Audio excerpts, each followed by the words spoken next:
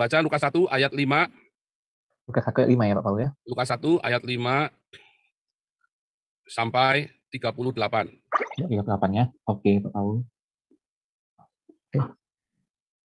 Oke. Ya Pak Paul? Ya. Ya, mari kita membaca firman Tuhan yang diambil dari Lukas 1 ayat 5 sampai 38. Pada zaman Herodes, Raja Yudea, adalah seorang imam yang bernama Zakaria dari rombongan Abia. Istrinya juga berasal dari keturunan Harun, namanya Elizabeth. Keduanya adalah benar di hadapan Allah dan hidup menurut segala perintah dan ketetapan Tuhan dengan tidak bercacat.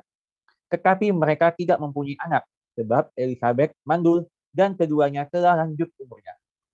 Pada suatu kali, waktu tiba giliran rombongannya, Zakaria melakukan tugas keimaman di hadapan Tuhan, sebab ketika diundi, sebagaimana lazimnya untuk menentukan imam yang bertugas, dialah yang ditunjuk untuk masuk ke dalam bait suci dan membakar ukupan di hati situ.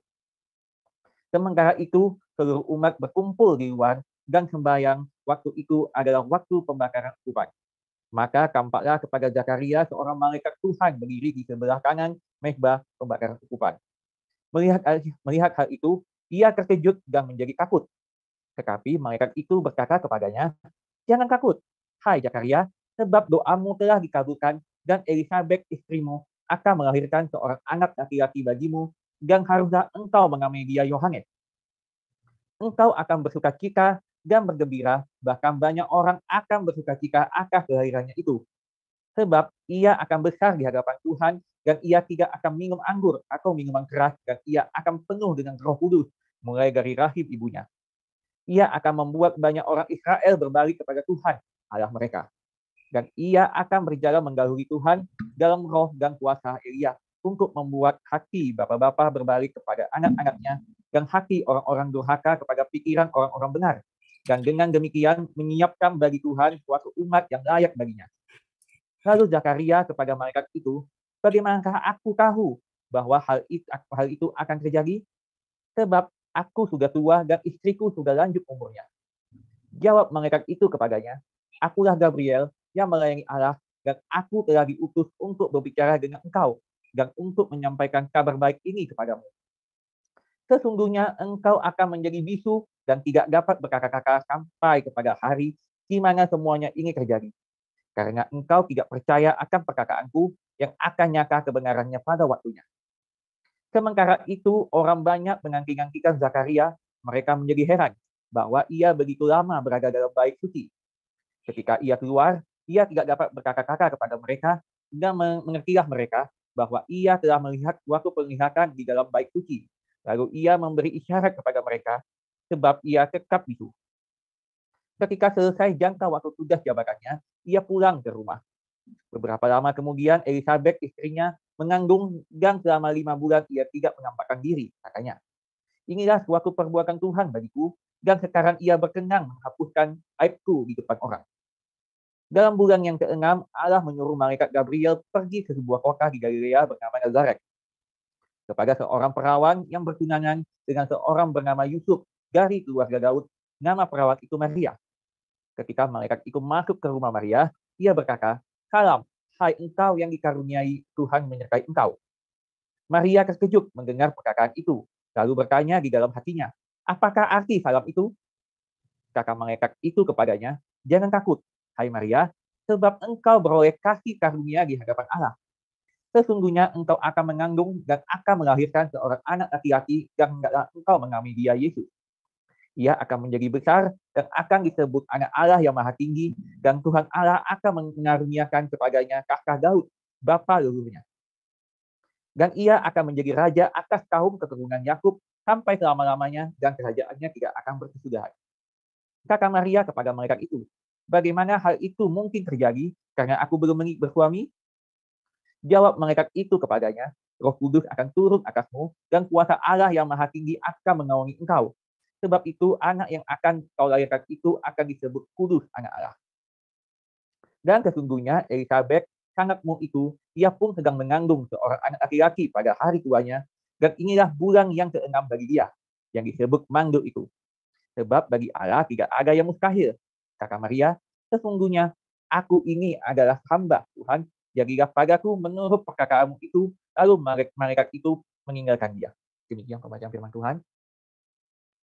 Ya, terima kasih Bang Ardo. Nih Bang Ardo Sama-sama, Pak ini rajin ini ya, kelas apologetik saya ikut. Nanti ikut lanjutannya Bang Ardo ya. Sudah apostolik kamu ya. Udah Pak Paul. Nanti lanjut ke apologet yang kedua ya. Iya. Sudah daftar belum apologet yang kedua? Udah Pak Paul. Sudah ya, masuk yang ada pada buat Jumat. Iya, yang Rabu kayaknya Pak Paul. Rabu ya, ikut ya. Iya, Pak Paul. Oke, kita lihat ya. Lihat, kalau Anda lihat di dalam Lukas 1 tadi mulai ayat 5, pada zaman Herodes Raja Yudea, Imam Zakaria dari rombongan Abia. Siapakah rombongan Abia? Anda bisa lihat di The Net Bible itu ya. Abia, nah, itu ada di mana? Nah, ada di dalam 1 Korintus 24 ayat 10, saudara ya. 1 Korintus 24 ayat 10. Nah, 1 Korintus 24 ayat 10. 1 Korintus 1 Tawarik, 1 Korintus. 1 Tawarik 24 ayat 10. Nah, ini. Rombongan yang ke-7 pada Hakos, yang ke-8 pada Abia. Itu ya. Jadi ini ceritanya begini. Lihat. Sejak zamannya Tawarik ya, sejak zamannya Daud, ya Daud bersama-sama Zadok itu ya. Lihat ayat ketiga ya. Daud bersama Zadok dari Bani Eleazar dan Ahimelek dari Bani Itamar membagi-bagi mereka menurut jabatan mereka dalam penyelenggaraan ibadah. Ya. Zadok ini nanti jadi orang-orang Saduki ya, orang-orang Saduki di zaman Yesus ya, orang-orang Saduki, keturunan Zadok. Nah, lalu ternyata di antara keturunan Esa ada banyak kepala kaum keturunan Itamar, sebab itu bagi-bagi sesuai berikut. Untuk Bani Elisa ada 16 orang kepala puak, tetapi untuk Bani Itamar ada 8 orang kepala puak. Dan membagi-bagi mereka dengan membuang undi tanpa mengadakan pembedaan, sebab ada pemimpin-pemimpin kudus, pemimpin-pemimpin Allah, baik di antara keturunan Eleazar maupun di antara keturunan Itamar, dan Semaya bin Natanael, panitera itu seorang Lewi menurut pada mereka. Ya, terus ya, lalu buang undi intinya ya. Lihat, undian pertama jatuh pada Yoyarib, yang kedua Yedaya, yang ketiga pada Harim, keempat Seorim, kelima Malkia, keenam Yamin, ketujuh Hakos, ke-8 Abia. Jadi ada 8 ya. Abia itu yang ke-8. Ke-9 ya pada Yesua, ke-10 Sekanya, yang ke-11 Eliasib, ke-12 Yakim, ke-13 Hupa, ke-14 Yesebab, ke-15 Belgia, ke-16 Imer, 17 Hadir, ke-19 Petanya, ke-20 pada Yesel, ke-21 pada Yakim, terus ya, yang ke-24 pada Masya. Terus nanti balik lagi ke bulan Nisan lagi ya, saudara. Jadi ini adalah perayaan setiap minggu, ya, setiap minggu diulang lagi, saudara. Nanti masuk ke bulan Nisan lagi, dimulai dari pertama lagi, saudara. Ya, di bulan Nisan, selalu di bulan Nisan pertama kali. Ya, diulangi lagi. Nah, cara ngitungnya begini, saudara. Bulan Nisan itu adalah bulan pertamanya, saudara ya.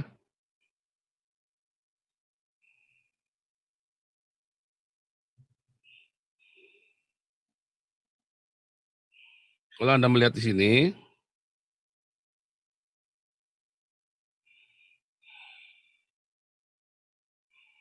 lihat ya, bulan Nisan divisi 1 Yoyarib, ya. Lalu minggu kedua divisi 2 Yedaya. Bulan ketiga itu Hamatsot, Paskah, Pesak. Maka seluruh divisi ya melayani bersama-sama karena hari besar, ya. Lalu bulan keempat divisi Harim. Bulan keempat minggu keempat maksudnya ya, minggu keempat. Minggu kelima, ingat ya, dimulai dari 1 Nisan ya, tanggal 1 bulan Nisan. Tanggal 1 bulan Nisan. Ingat ya, tanggal 1 bulan Nisan itu sekitar bulan Maret. Minggu kelima, Seorim, minggu ke-6, Malkia, minggu ke-7, Miyamin, minggu ke-8 adalah Hakos. divisi Hakos. Minggu ke-9 itu Abiyah tadi ya, rombongan Abiyah. Zakaria itu rombongannya Abiyah, saudara. Lalu ke-10 adalah Safot. Safot itu Pentakosta. Pentakosta maka seluruh divisi lagi. Begitu ya. Terus nanti ngulangi lagi dari awal lagi, saudara ya. Ngulangi awal dari awal lagi. Jadi ada 24 dibagi ini kan, dibagi kemudian ngulangi lagi. Cara ngitungnya begitu, ya, paham ya? Nah, jadi setiap bulan Iyar, ya, setiap bulan Sivan ya, setiap bulan Sivan minggu pertama itu divisi Abiyah, yaitu bulan Mei Juni, antara bulan Mei Juni, saudara. Bulan Sivan minggu pertama.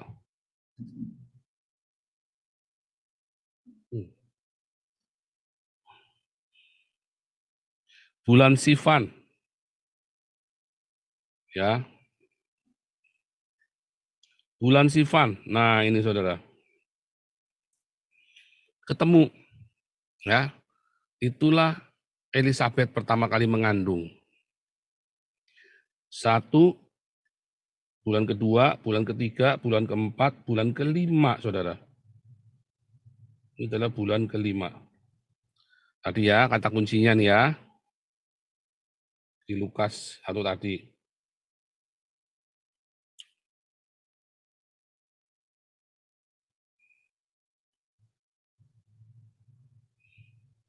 Ayat 24 ya. Beberapa lama kemudian, Elizabeth istrinya mengandung dan selama 5 bulan ia tidak menampakkan diri. Ya, setelah bulan kelima, ya Elizabeth mengandung dan selama 5 bulan tidak menampakkan diri. Itu ya, ini bulan kelima. Jadi Oktober. Ya. Lalu bulan ke-6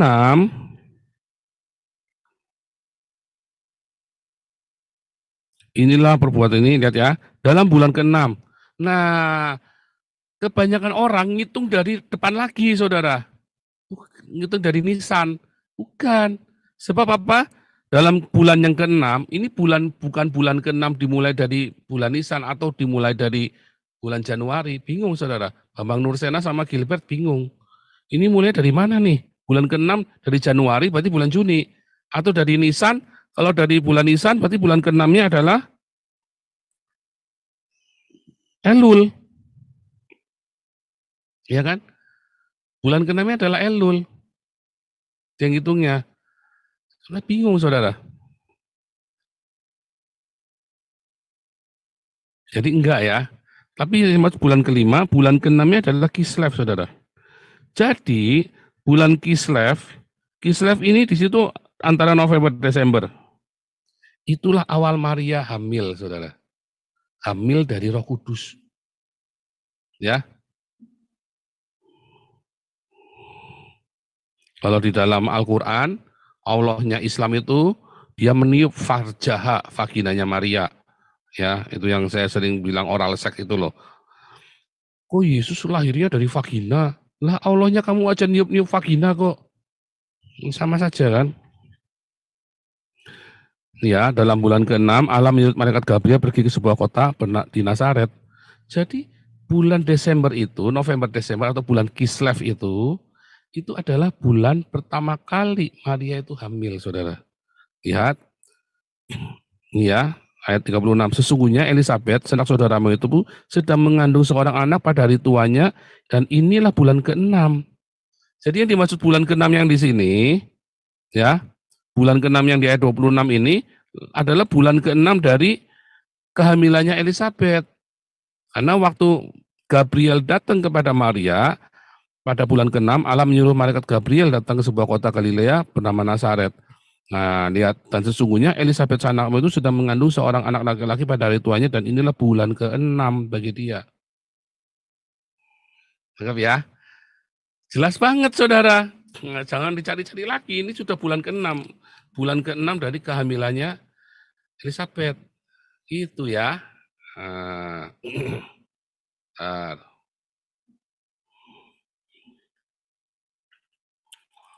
Jadi inilah bulan ke-6, ini Maria hamil. Saya kasih apa nih? Udah mau kecil ya.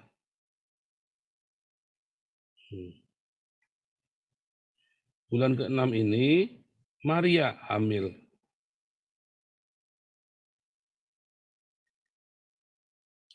Bulan Sivan ini ya adalah Elizabeth hamil. Begitu saudara. Lalu kita hitung.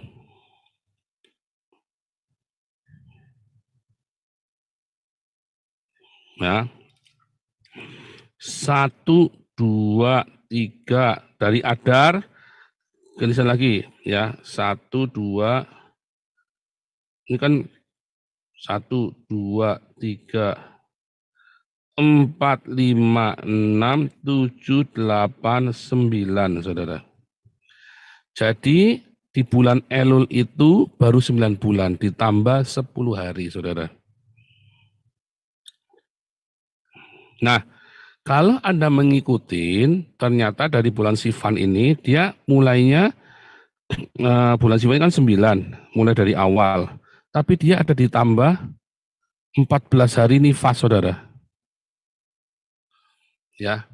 21 hari ya. Nifas itu ya. 21 hari. Maka 21 hari maka ini berakhir pada bulan Elul yang terakhir saudara, karena itu adalah minggu ketiga, minggu terakhir ya kan, karena masa nifas dan tidak berapa lama kemudian artinya masa nifas itu loh. Nah kalau Anda melihat bulan Kislev ini ada Hanukkah saudara, tanggal 24 Kislev ya, maka mulai tanggal 24 Kislev ditambah 208, ini kan 24, maju mundurnya 21 masa nifas tadi ya, masa nifas. Maka masa nifas itu masa menstruasi itu loh, masa menstruasi najisnya itu setelah masa menstruasinya 1 minggu, ya dia ditambahin beberapa masa najis, terus dia bisa hamil saudara. Nah kemudian tanggal 24 Kislev inilah yang menjadi titik Gabriel datang kepada Maria. Ini saudara, karena semua orang Yahudi, tradisi orang Yahudi, malaikat datang pasti mengikuti tanggal-tanggal perayaan suci orang Yahudi. Ya, dan itu adalah sita Hanukkah. Hanukkah atau hari lentera, hari penyucian bait suci. Hari di mana ada peristiwa besar. Nah, kita membuka di Hagai, saudara.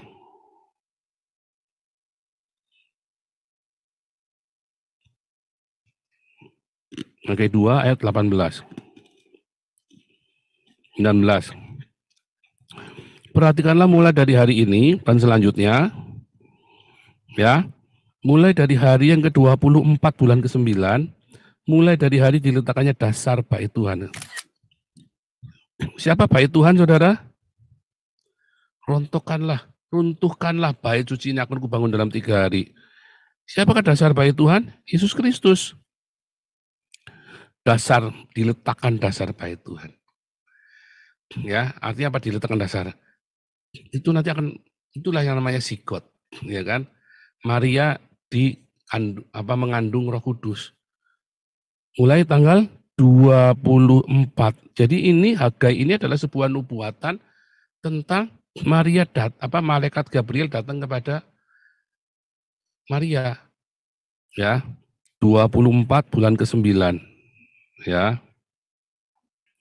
24 bulan ke-9 itu adalah ini bulan ke-9, bulan Kislev, tanggal 24. Nah, 24 Kislev ditambah 285 hari, 285 hari itu sama dengan 9 bulan 10 hari, saudara ya.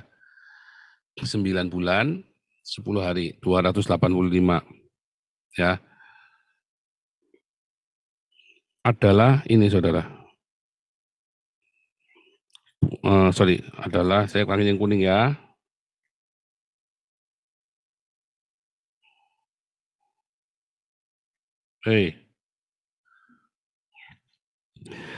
Dari mulai tanggal 24 Kislev ditambah 285 sama dengan nanti jatuhnya adalah 15 Tisiri, saudara di sini. Tanggal 15 Tisiri. Ya. Tanggal 15 Tisiri ini adalah hari raya Sukkot. Persis 9 bulan 10 hari setelah 24 Kislev Hanukkah. Jadi itulah Yesus lahir. Simpel sekali ya, cara menentukan Yesus lahir. Jadi Yesus lahir itu bukan tanggal 25 Desember, saudara. Tapi tanggal 15 Tisiri, sama dengan hari raya Sukkot, hari raya penuh daun. Lihat, kalau Anda melihat, ya, semua perayaan-perayaannya Tuhan Yesus, Yesus meninggal itu, Yesus itu mati di salib itu tanggal 14 Nisan, saudara. Ya, 14 Nisan itu Paskahnya Yahudi. Yesus kemudian menjadikan Roh Kudus itu adalah Savot. Savot itu Pentakosta, 50 hari setelah Paskah Yahudi. Dan Yesus lahir ini, saudara, 15 Tisiri. 3 hari raya besar ini harus digenapi, saudara. Yaitu saat Sukot, Pesah, dan Savot.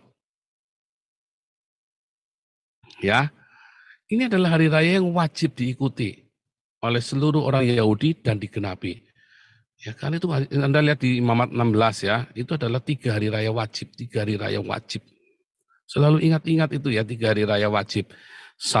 Mulai dari Pesah, Savot, dan Sukot. Makanya seluruh orang Yahudi saat Pesah, Savot, dan Sukot pasti kumpul di Yerusalem dari seluruh dunia. Nah, waktu Sukot, Bethlehem pun penuh. Padahal Maria dan Yusuf pergi ke Bethlehem. Karena Bethlehem adalah kota yang paling dekat dengan Yerusalem. Ya, kemarin waktu tim kami rombongan ke Israel itu ke Bethlehem itu pas Rosh Hashanah, saudara ya. Mendekat Rosh Hashanah itu ya tanggal 1 Tisiri. Rosh Hashanah ya tanggal 5 Tisiri ya Rosh Hashanah. Sukotnya tanggal 15. Penuh semua hotel di Yerusalem, saudara. Makanya rombongan kami nginepnya di Bethlehem. Ya. Karena Yerusalemnya penuh. Mahal sekali. Akhirnya kita dapatnya di Bethlehem, saudara, nginepnya. Ya. Dan di Bethlehem pun penuh hotel-hotel. Ya kan? Nah, makanya waktu waktu Maria dan Yusuf itu pergi ke Bethlehem, semua penginapan penuh. Karena apa? Karena itu hari raya. Ya kan? Hari raya Sukot, menjelang hari raya Sukot, saudara. Makanya Yesus lahirnya di kandang domba, karena nggak dapat penginapan. Ya, itu logikanya, saudara ya. Jadi kita sudah lihat ya, gampang sekali kan kalendernya kan, bahwa Yesus lahir tanggal 15 Tisiri, ngitungnya 285 hari dari 24 Kislev. 24 Kislev ini ngitungnya dari mana? Dari 6 bulan setelah Elizabeth hamil, saudara. Jadi bukan ngitung bulan dari Nisan dari sini lagi, enggak, ngitungnya bukan dari Nisan tapi dari kehamilannya Elizabeth. Tadi ayatnya jelas ya, bulan ke-6 dari kehamilannya Elizabeth. Ya, jadi Bambang Nursena dengan Gilbert kurang teliti baca Alkitabnya ya. Jadi apakah 25 Desember itu tanggal kelahiran Yesus? Bukan. 15 Tisiri sudah dijelaskan. Nanti Anda ulangi lagi penjelasannya. Simpel ya, simpel banget. Itulah cara menentukan tanggal kelahiran Yesus. Ya, dan ini yang hitung dulu orang Yahudi ya. Saya kenal seorang Yahudi ini dihitungkan, enggak. Dia bilang, hitungnya enggak begitu caranya, dihitung ya. Oke? Clear ya untuk tanggal 25 Desember. Yesus lahir bukan tanggal 25 Desember, tapi tanggal 15 bulan Tisri. Ya. Tisri ya, Tisri.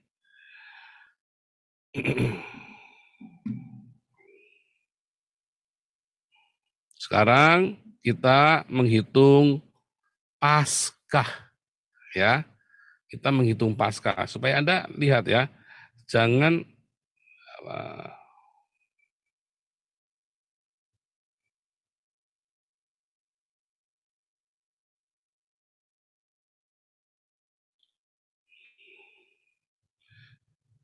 lihat, tolong Bang Ardo bacakan Markus 16 ayat 1 sampai 8.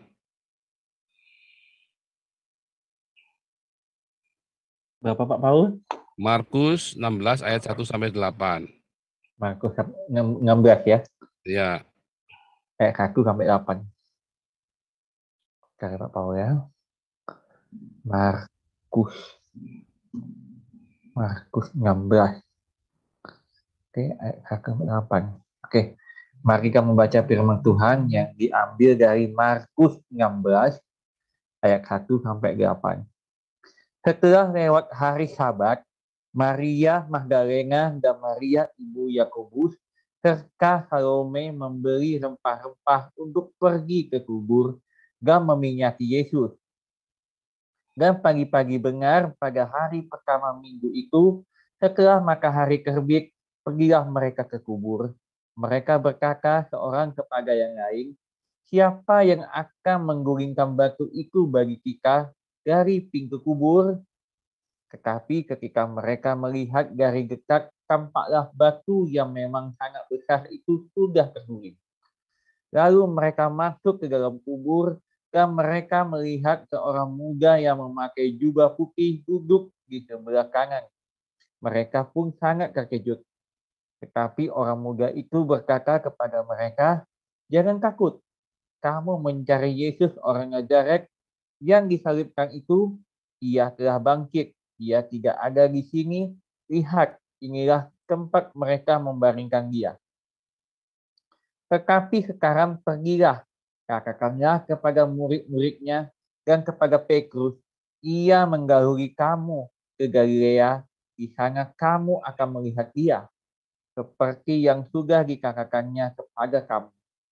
Lalu mereka keluar dan lari meninggalkan kubur itu, sebab gentar dan dahsyat menimpa mereka. Mereka tidak mengatakan apa-apa kepada siapapun juga karena takut. Ya, demikian pembacaan firman Tuhan.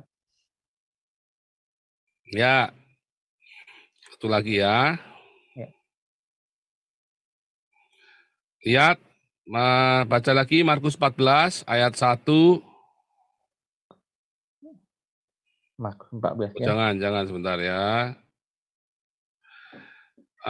Ayat 12, Markus 14 ayat 12. Sebentar, lanjut. Jangan nanti kepanjangan. Ayat 12 sampai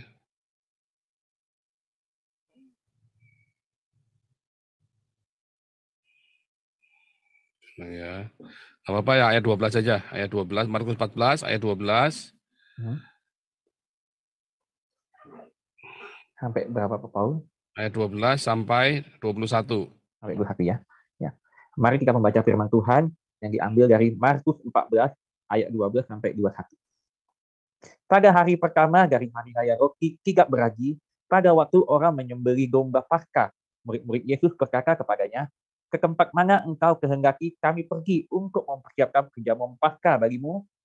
Lalu ia menyuruh dua orang muridnya dengan pesan, pergilah ke kota, di sana kamu akan bertemu dengan seorang yang membawa kendi berisi air. Ikutilah dia dan katakanlah kepada pemilik rumah yang dimasukinya, pesan guru, di manakah ruangan yang disediakan bagiku untuk makan Paskah bersama-sama dengan murid-muridku? Lalu orang itu akan menunjukkan kamu sebuah ruangan atas yang besar yang sudah lengkap dan tersedia di situlah kamu harus mempersiapkan perjamuan Paskah untuk kita. Maka berangkatlah kedua murid itu dan setibanya di kota, didapati mereka semua seperti yang dikatakan Yesus kepada mereka. Lalu mereka mempersiapkan Paskah. Setelah hari malam, datanglah Yesus bersama-sama dengan ke-12 murid itu. Ketika mereka duduk di situ dan sedang makan, Yesus berkata, Aku berkata kepadamu, sesungguhnya seorang di antara kamu akan menyerahkan aku, yaitu dia yang makan dengan aku. Maka sedihlah hati mereka, dan seorang demi seorang berkata kepadanya, bukan aku, ya Tuhan. Ia menjawab, orang itu ialah salah seorang dari kamu yang 12 ini. Dia yang mencelupkan roti ke dalam satu pinggang dengan aku. Nah, anak manusia memang akan pergi sesuai dengan yang ada tertulis tentang dia. Akan tetapi, celakalah orang yang olehnya anak manusia itu diserahkan, adalah lebih baik bagi orang itu sekiranya ia tidak dilahirkan. Ya, demikian pembacaan firman Iya. Tuhan. Jadi waktu itu adalah hari persiapan Paskah, ya. Pada hari pertama, hari raya Toyota Beragi, pada waktu orang menyembelih domba Paskah. Ya, yaitu mereka tanggal malamnya itu adalah 14 Nisan, besoknya adalah 14 Nisan. Nah, lihat ya. Kita lihat di dalam Keluaran 12 tentang perayaan Paskah. Ya, Bang Ardo baca Keluaran 12 ayat 1 sampai 28. Berapa, Pak? Keluaran 12 ayat 1 sampai 28. Oke, Keluaran 12 ya. Keluaran 12 ayat 1 sampai 28 ya Pak Paul. Iya. Oke. Mari kita membaca firman Tuhan lagi yang diambil dari Keluaran 12 ayat 1 sampai 28. Berfirmanlah Tuhan kepada Musa dan Harun di tanah Mesir. Bulan inilah akan menjadi permulaan dalam bulan bagimu. Itu akan menjadi bulan pertama bagimu tiap-tiap tahun. Katakanlah kepada segenap jemaat Israel, pada tanggal 10 bulan ini, diambillah oleh masing-masing seekor anak domba. Menurut kaum keluarga, seekor anak domba untuk tiap-tiap rumah tangga. Stop. Jadi bulan inilah menjadi bulan pertama bagimu. Ya, waktu Paskah itu ya. Jadi tadi ya, Paskah itu kan bulan Nisan. Itu adalah bulan pertama. Ya, lanjut. Ayat 4 dan selanjutnya. Oke. Tetapi jika rumah tangga itu terlalu kecil jumlahnya untuk mengambil seekor anak domba, maka ia bersama-sama dengan tetangganya yang terdekat ke rumahnya haruslah mengambil seekor. Menurut jumlah jiwa, tentang anak domba itu, kamu buatlah perkiraan menurut keperluan tiap-tiap orang. Anak dombamu itu harus jantan, tidak bercelah, berumur setahun, kamu boleh ambil domba atau kambing. Kamu harus mengurungnya sampai hari yang ke-14 bulan ini. Lalu seluruh jemaat Israel yang berkumpul harus menyembelihnya pada waktu senja. Kemudian hari darahnya haruslah diambil sedikit dan dibubuhkan pada kedua tiang pintu dan pada ambang atas, pada rumah-rumah di mana orang memakannya. Dagingnya harus dimakan mereka pada malam itu juga. Yang dipanggang mereka harus makan dengan roti yang tidak beragi beserta sayur pahit. Janganlah kamu memakannya mentah atau direbus dalam air. Hanya dipanggang di api lengkap dengan kepalanya dan betisnya dan isi perutnya. Janganlah kamu tinggalkan apa-apa dan garing-garing itu sampai pagi. Apa yang tinggal sampai pagi, kamu bakarlah habis dengan api. Dan beginilah kamu memakannya. Pinggangmu berikat, kasut pada kakimu, dan tongkat di tanganmu. Buru-burulah kamu memakannya, itulah Paskah bagi Tuhan. Sebab pada malam ini aku akan menjalani tanah Mesir, dan semua anak sulung dari anak manusia sampai anak binatang akan kubunuh, dan kepala semua Allah di Mesir akan kujatuhkan hukuman. Akulah Tuhan. Dan darah itu menjadi tanda bagimu pada rumah-rumah di mana kamu tinggal. Apabila aku melihat darah itu, maka aku akan lewat daripada kamu. Jadi tidak akan ada tulah kemusnahan di tengah-tengah kamu apabila aku menghukum tanah Mesir. Hari ini akan menjadi hari peringatan bagimu. Kamu harus merayakannya sebagai hari raya bagi Tuhan turun-temurun. Kamu harus merayakannya sebagai ketetapan untuk selamanya. Kamu memakan roti yang tidak beragi 7 hari lamanya. Pada hari pertama pun kamu buanglah segala ragi dari rumahmu. Sebab setiap orang yang makan sesuatu yang beragi dari hari pertama sampai hari ke-7, orang itu harus dilenyapkan dari antara Israel.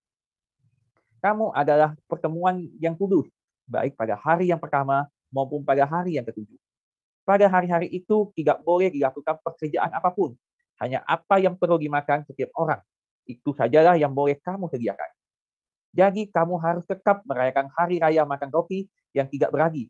Sebab tepat pada hari ini juga aku membawa pasukan-pasukanmu keluar dari tanah Mesir. Maka haruslah kamu rayakan hari ini turun-temurun. Itulah suatu ketetapan untuk selamanya. Dalam bulan pertama, pada hari yang ke-14 bulan itu, pada waktu pekan, kamu makanlah roti yang tidak beragi sampai kepada hari yang ke-21 bulan itu pada waktu pekan. Sudah cukup, jangan kepanjangan. Terima kasih Bang Ardo. Sama-sama Pak Paul. Ya, tadi kita melihat pada bulan ini menjadi bulan pertama bagimu, yaitu bulan Nisan. Orang Yahudi mengenal 2 tahun baru. Tahun baru agama, yaitu bulan Nisan. Lalu tahun baru sekuler, yaitu Rosh Hashanah, ya, bulan Tisri. Ya, tadi ya, Yesus lahir saat setelah tahun baru Rosh Hashanah, lalu ada hari raya Sukkot. Nah, lalu kapankah kematian Yesus?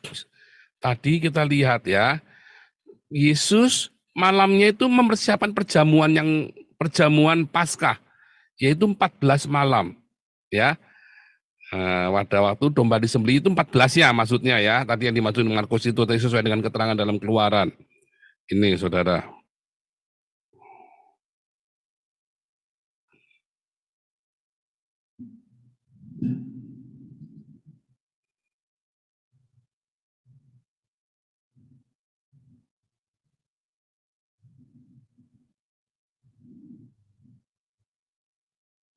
Dan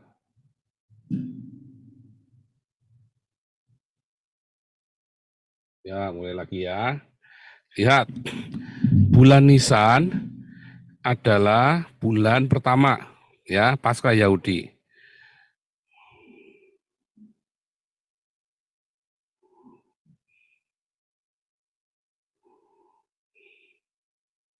Mana kok susah amat. Bentar ya. Nah, ini ya. Tanggal 10 ya.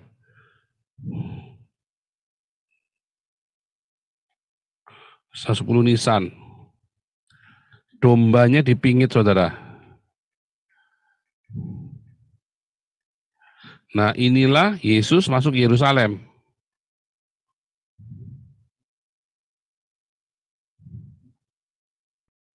Lalu tanggal 14 malam, ya 14 malam. Lalu ada 14 siang. Karena orang Yahudi kan mulai dari jam 18.00 kan. Ya kan? Ini kan jam 06. 15 malam. 15 siang. 16 malam. Jam 16 siang. 17 malam. 0 jam 18.00. 17 siang. Terus 18 malam. Ya, hitungnya begitu ya. Nah,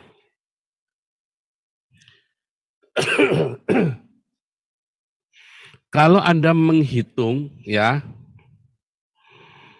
Yesus itu makan perjamuan malam ini, saudara. Saya kasih biru. Perjamuan terakhir. Perjamuan Paskah, tapi kita sering kenal dengan perjamuan terakhir. Ya, itulah perjamuan Paskah Yesus malamnya. Ya, datang, yuk malamnya, mulai tanggal 14. Kalau tanggal 14 itu berarti malamnya tanggal 18.00 itu, bukan siangnya ya. Disuruh makan perjamuan 14. Hari ini tanggal 14. Gitu ya. Nah, lalu malamnya tanggal 14 siangnya, nggak mungkin mereka nyembelih domba malam-malam. Inilah domba disembelih.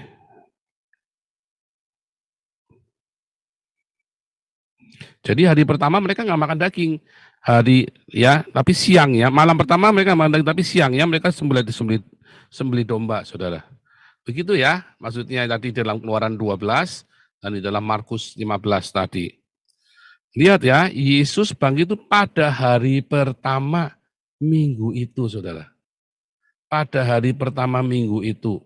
Dan Yesus berkata itu 3 hari 3 malam. Ya, 3 hari 3 malam. Maka kita hitung balik, saudara. Tadi malam tanggal 18, ya, malam ke malam. 1, 2, 3, saudara ya. 1 malam, 2 malam. Siangnya kita hitung ya, ini kan malam. Kita hitung siang, pakai apa nih? Pakai kuning, ya. Sorry, salah dong ya, salah ngitung tadi. Kan Yesus disalib. Nah, Yesus disalib. Habis perjamuan Paskah malamnya, Yesus 14 siang itu disalib ya.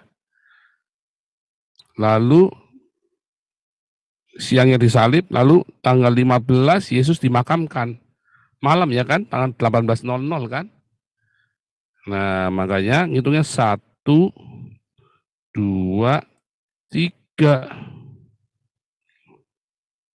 Ini namanya 3 malam. Lalu ngitung siangnya bagaimana, saudara? Hijau.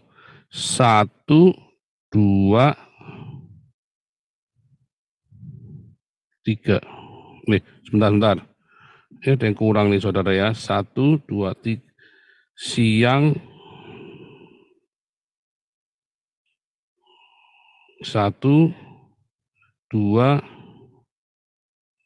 Sebentar ya, nih salah nih ya. 13 siang Yesus disalib, 15 malam, 15 siang. Nah, 1, 2, 3. Nah, kelebihan 1 kan. Maka 1 ya kan, 1 siang, 2 dan 3 ya. Nah, ini malamnya kita ngitungnya begini. Ngitungnya 1, 2 dan 3 ya. Yang saya kotakin ini, yang saya kasih merah ini itu malam. Yang saya kasih hijau adalah siang. Jadi 3 malam, ya kan, 18.00 sampai jam 06.00. Ini 1 malam. Lalu ini sampai 06.00, ini 2, malam kedua. Lalu ini ya sampai 06.00, 3 malam. Ya kan? Lalu siang, 15 siang 06.00 sampai 18.00, 1 siang. Ini sampai 18.00, 2 siang. Ini sampai 18.00, 3 siang. Ya kan? Jadi 3 hari, 3 malam.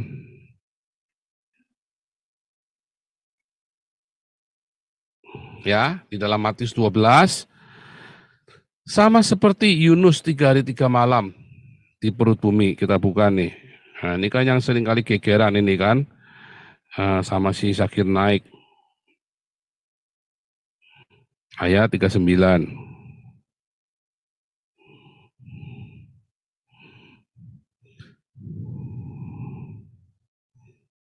Tapi jawabnya kepada mereka, angkatan yang jahat dan tidak setia ini menurut satu tanda.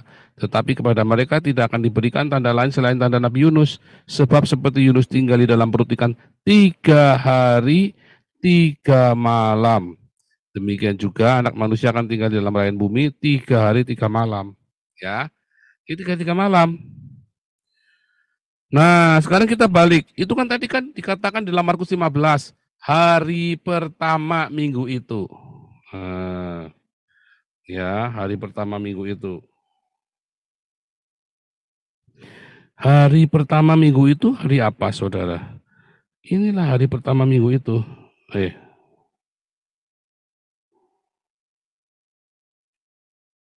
Inilah hari pertama minggu itu. 18.00. Ya, itulah hari pertama minggu itu. Mereka lepas Sabat. Karena kalau hari pertama kan hari Minggu, hari Sabtunya kan Sabat. Sabtu itu dikata Sabat. Minggu itu Domingo ya, Domingo hari Tuhan kita bangkit. Sabtu itu dari kata Sabat. Ya, inilah hari pertama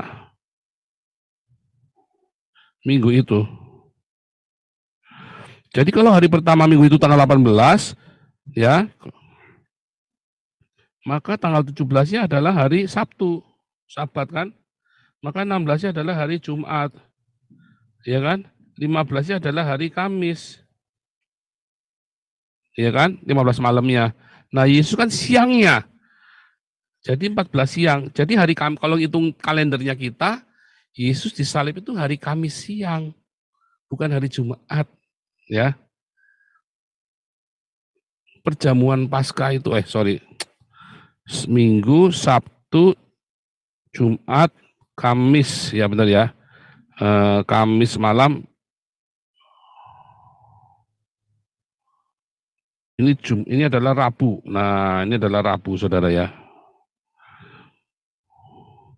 Jadi Yesus itu disalibnya hari Rabu, saudara, bukan Kamis. Nah, jadi selama ini ada tradisi yang salah dari gereja. Karena ngitungnya seperti itu tadi ya, dihitungnya mundur. Itu hitung-hitungan tadi, dua hitungan kalender tadi, itu semua ada di Alkitab, bukan ngarang, saudara. Itu cuma tinggal ngitung saja. Maka ngitungnya, ya, Yesus disalibnya hari Rabu siang, ya, Rabu siang, lalu malam Kamis, ya malam Kamisnya itu Yesusnya dimakamkan, saudara. Makanya 3 hari 3 malamnya, maka ketemunya nanti hari Minggu jam 18.00 atau hari Sabtunya kita tuh Sabtu jam 18.00 malam ya, besoknya Minggu, begitu maksudnya. Itulah hari pertama minggu itu. Dan subuh-subuh pagi-pagi benar dikatakan 3 Maria ini, ya Maria Salome, Maria Magdalena, dan Maria Ibu Yakobus. Ya, itu menyembah, itu datang ke situ, saudara. Markus. Ini kan tadi, setelah lewat hari Sabat, Maria Magdalena, Maria Ibu Yakobus, serta Salome membeli rempah-rempah. Pagi-pagi benar hari pertama minggu itu hari apa, saudara? Yaitu 18.00 itu pagi-pagi. Setelah matahari berkitab pagi jam 066 hari Minggu itu. Begitu ya. Yesusnya sudah bangkit. Nah, lihat siapakah Maria Ibu Yakobus? Ya kan, Maria Magdalena, Maria Ibu Yakobus. Kita lihat, saudara, di dalam Galatia, siapakah Yakobus?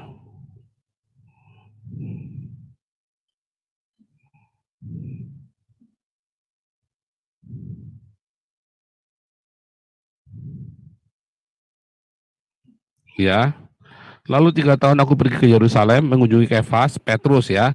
Aku menempat 15 hari di rumahnya, tetapi aku tidak melihat seorang pun dari rasul-rasul yang lain, kecuali siapa? Yakobus, saudara Tuhan Yesus. Ya, jadi itu ternyata Maria Ibu Yakobus itu adalah Maria Ibu Yesus. Makanya setelah kebangkitan, nanti dikatakan Maria itu menyembah Yesus, saudara. Setelah kebangkitan itu ada di mana itu ya? Kita lihat ya.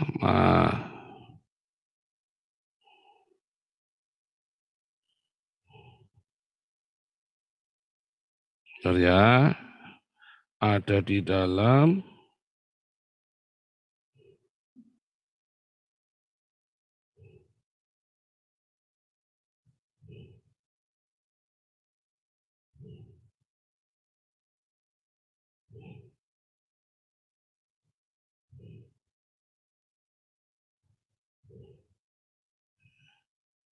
Matius ya.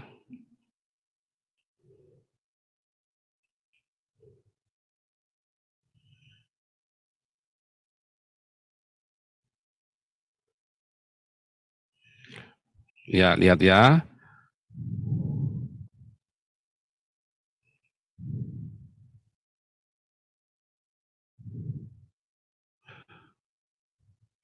Nah, ini ya. Setelah hari Sabat lewat, menjelang menyisinya fajar pada hari pertama minggu itu, pergilah Maria Magdalena dan Maria yang lain. Ya, Maria siapa tadi? Maria ibu Yakobus. Siapa Maria ibu Yakobus? Itulah saudara Yesus. Ya, jadi Maria yang lain itu adalah Maria ibu Yesus. Menengok kubur itu, maka terjadilah gempa bumi yang hebat. Ya, terus malaikat itu berkata pada perempuan, jangan kamu takut. Ya, lalu mereka pergi ke kubur, dari kubur itu dengan takut dan sukacita besar berlari untuk memberitahukannya kepada murid-murid Yesus. Tiba-tiba Yesus berjumpa dengan mereka dan berkata, salam bagimu. Mereka mendekatinya, memeluk kakinya serta menyembahnya. Jadi apakah Maria menyembah Yesus? Ya, setelah Yesus bangkit dari kematian, saudara. Maria ibu Yesus menyembah Yesus. Ya, itu saudara ya. Itulah logika iman, logika. Nah, kita lanjut, saudara. Berarti Pentakostanya 50 harinya ya udah ngikutin itu sama dengan orang Yahudi. Jadi bukan hari Jumat Yesus disalib, juga bukan 25 Desember. Pak, lalu kenapa kita merayakannya? Nggak ada urusan dengan perayaan itu. Karena perayaan-perayaan itu ya adalah perayaan-perayaan Yahudi, saudara. Yang kemudian setelah pemberontakan Bar Kokhba tahun 135, maka ada namanya Bishop Victor dari Roma. Ya, ada Bishop Victor dari Roma, dia takut dan dia tidak mau menggunakan kalender Yahudi, lalu dia mengadopsi kalender Roma yang kebetulan mirip-mirip dengan kalender Yahudi, saudara. Makanya kemudian diadopsilah 25 sampai tanggal 31 Desember, ya, yaitu adalah festival matahari di Roma. Bukan menyembah dewa matahari, bukan ya. Festival matahari karena di Eropa ini tanggal 25 sampai 31 adalah titik terdingin ya Eropa, saudara. Tanggal 25 sampai 31, lalu kemudian mulai menghangat kembali. Itu namanya festival matahari. Nah, kemudian dirayakan. Nah, kebetulan orang Yahudi ada hari raya Hanukkah, hari raya Lentera. Nah, mereka menghitungnya itu, saudara, dari itu diambil. Itulah kira-kira sama, udah disamain aja. Tetapi mereka tidak mengambil sebagai Natal, kelahiran Yesusnya nggak mau tisiri. Karena tisiri itu bulan Sukot, nggak ada di Roma. Mereka mengambilnya dari Hanukkahnya, saudara. Kemudian mengapa mereka merayakan Easter? Ya, Jumat Agung segala macam, karena itu adalah perayaan dari Roma. Mereka dipepetkan di sana, saudara. Dipepetin. Supaya mereka bisa mengadopsi budaya Roma. Salah enggak? Enggak. Itu adalah sebuah kontekstual. Ya. Nah, coba lihat, saudara. Karena Rasul Paulus sudah memberitahu, terimalah orang yang lemah imannya tanpa menghakimi perbuatannya. Lihat ya, ayat 5. Yang seorang menganggap hari yang satu lebih penting daripada hari yang lain. Artinya ada 3 hari raya. Ya, 3 hari raya itu wajib. Karena itu orang Yahudi. Tetapi yang lain menganggap semua hari sama saja. Begitu, saudara. Hendaklah setiap orang benar dalam hatinya sendiri. Siapa yang berpegang pada suatu hari tertentu, tadi ya Natal 25 Desember, oh salah, nggak boleh dirayakan, itu dosa itu. Easter, oh, ia melakukannya Tuhan karena dia ingin mengabdi kepada Tuhan, supaya harus kembalikan Natal ya tanggal 15 Tisiri, bulan Sukot, hari raya Sukot, Paskah ya tanggal 14 Nisan. Mereka maunya begitu, boleh. Ya, tetapi nggak usah terus menyesatkan orang lain yang merayakan tanggal 25 Desember. Ya karena ia melakukannya semua untuk Tuhan. Lalu orang yang merayakannya tanggal 25 Desember, ya dia melakukannya untuk Tuhan, saudara. Karena tanggal 25 Desember itu sudah menjadi tradisi selama ribuan tahun. Ya, selama 1.500 tahun lebih. Jadi boleh nggak? Boleh saja. Ya, boleh saja. Begitu ya. Jadi Anda jangan takut melakukan perayaan-perayaan yang sudah ada sekarang ini. Tetapi Anda kudu mengerti sejarah yang sebenarnya. Begitu, saudara. Jangan takut merayakannya, karena itu adalah sebuah kontekstual. Ya, sehingga orang-orang Roma semua bisa dirangkul. Karena waktu itu ya terjadi perdebatan ya antara para bishop termasuk kaum Montanus. Dia percaya Paskah itu 14 Nisan. Tetapi orang-orang Roma takut sama pemerintah, orang-orang bishop-bishop di Roma takut sama penguasa Roma, termasuk yang di Bizantin. Maka mereka rubah kalendernya itu. Dosa enggak? Enggak dosa. Itu adalah kontekstual. Apalah arti sebuah hari, saudara? Tetapi yang penting Anda tahu cara menghitungnya. Tadi sudah saya ajarkan. Begitu saudara ya. Jadi jangan takut merayakan. Saya pun merayakan. Apakah Yesus lahir tanggal 25 Desember? Enggak. Tanggal 15 di Siri. Saya tahu persis. Lalu kenapa saya merayakan Christmas? Ini adalah Kerst. Ya, orang Belanda bilang Kerst. Ya. Kalau orang Jerman bilang Weihnachten, ya. Malam yang kudus. Orang ini bilang Kerst. Inilah Kerst. Inilah kultur. Ya kita rayakan, nggak apa-apa. Emang kenapa? Makanya tadi saya bilang nanti saya merayakan Halloween. Ya, yang saya tidak mau apa saudara? Merayakan Idul Fitri saudara. Karena Idul Fitri itu adalah merayakan pembunuhan besar-besaran saudara.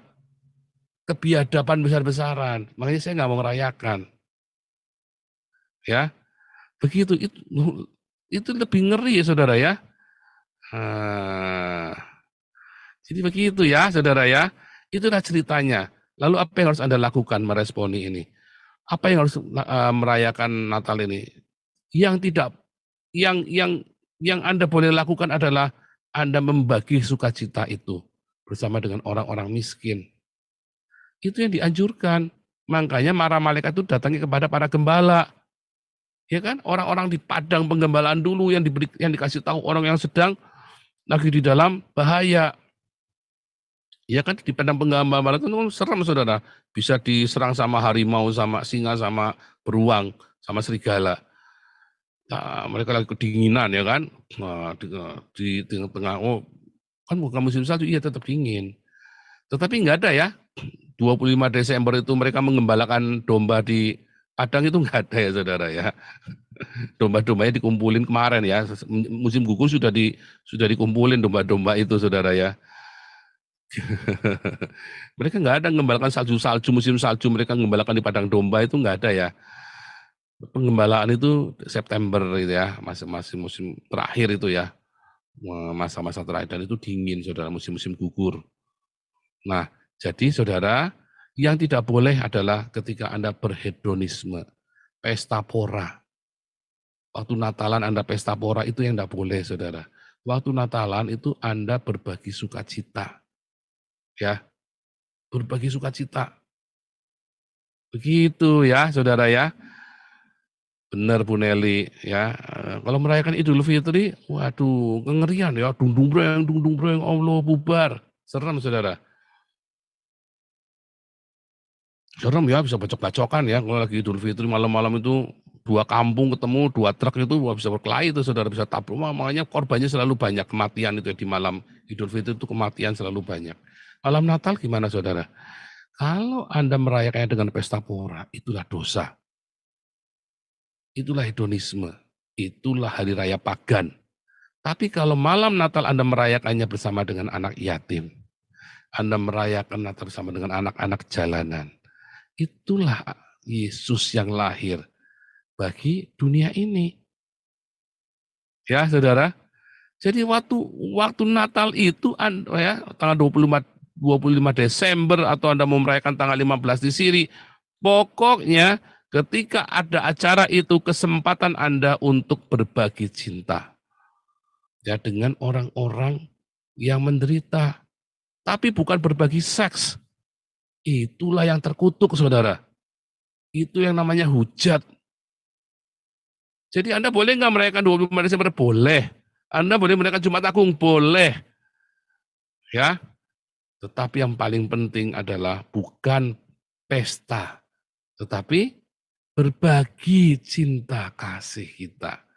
Itu paling penting, saudara. Itu ya. Oke, luar biasa.